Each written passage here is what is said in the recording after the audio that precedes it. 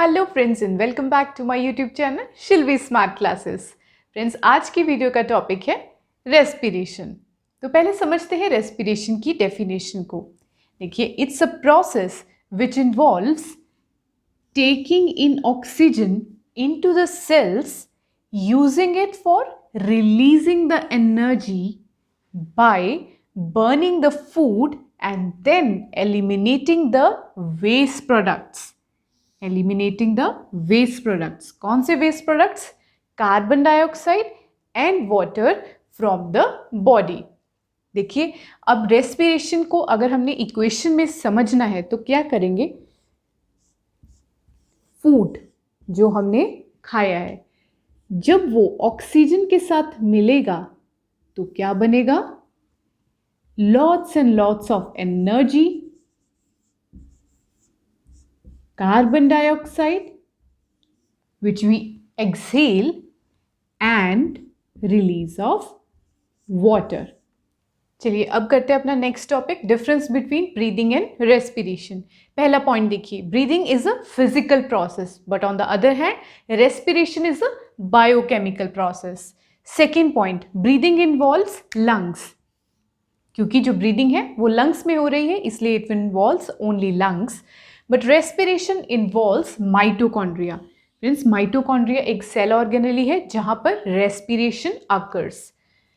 Third point, it involves only taking in oxygen and releasing carbon dioxide. But on the other hand, respiration includes breathing. Breathing मतलब taking in oxygen and expelling out carbon dioxide as well as oxidation of food. जैसे कि हमने पहले भी इसकी definition में भी कर लिया है कि इसमें ब्रीदिंग तो होती है, ब्रीदिंग का प्रोसीजर तो होता ही है, taking in oxygen and releasing out carbon dioxide, but also it involves the oxidation of food.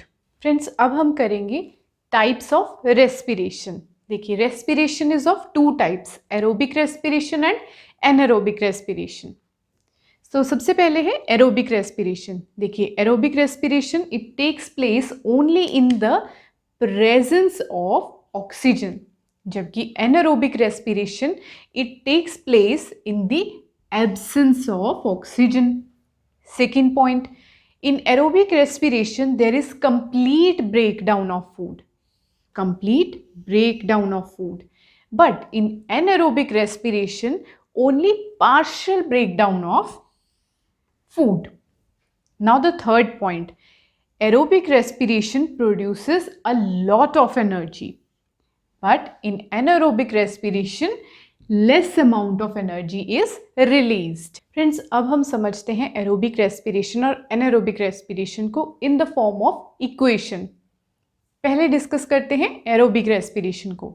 देखिए, aerobic respiration में क्या होता है कि जो हमने फूड खाया है it's now converted into glucose. Now glucose will change into pyruvate and this process of changing glucose into pyruvate is known as glycolysis, and where it happens in the cytoplasm. And now after pyruvate, after converting into pyruvate, it is combined with oxygen in the mitochondria. Mitochondria क्या है? The cell organelle, and then it is converted into carbon dioxide, water and 38 molecules of ATP. ATP is the adenosine triphosphate. It's a form of energy. अब आप देखिए 38 molecules of ATP के release हो रहे हैं, इसका मतलब बहुत ज़्यादा अमाउंट ऑफ एनर्जी रिलीज हो रही है in the aerobic respiration process. चलिए अब समझते हैं हम एनारोबिक रेस्पिरेशन को।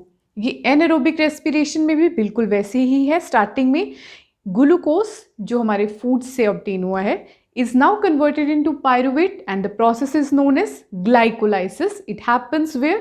In the cytoplasm.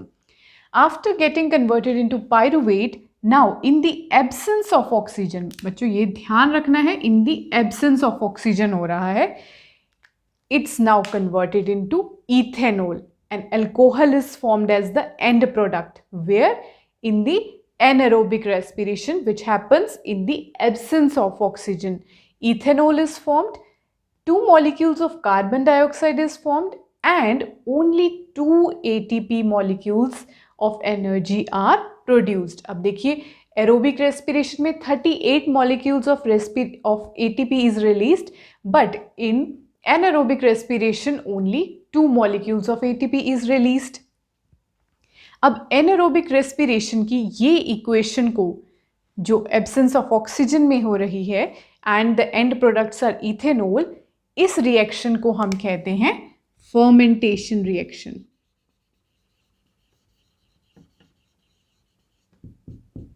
It is called fermentation because it happens in yeast.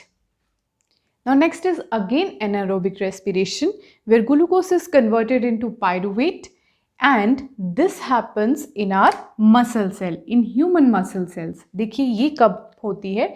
जब हम बहुत ज़्यादा रिग्रेस एक्सरसाइज कर लेते हैं तब हमारी बॉडी को ऑक्सीजन सप्लाई कम हो जाती है एंड मसल्स में जब ऑक्सीजन सप्लाई कम हो जाती है a product called lactic acid is formed and only less amount of energy, that is 2 molecules of ATP are formed. अब lactic acid की बनने की वजह से हमारी बॉडी में क्रैम्प्स आ जाते हैं जिस वजह से हमें बॉडी एक्स होते हैं या फिर we feel very tiredness. This is only because of production of lactic acid and this happens in anaerobic respiration. Friends, this was all about today's video. आपको आज की वीडियो कैसी लगी? Do write me in the comment section below and like this video, share this video to all your friends, family, colleagues, your brothers, your sisters, your cousin, to everybody. And don't forget to subscribe to Shilvi's Smart Classes. Till then, goodbye.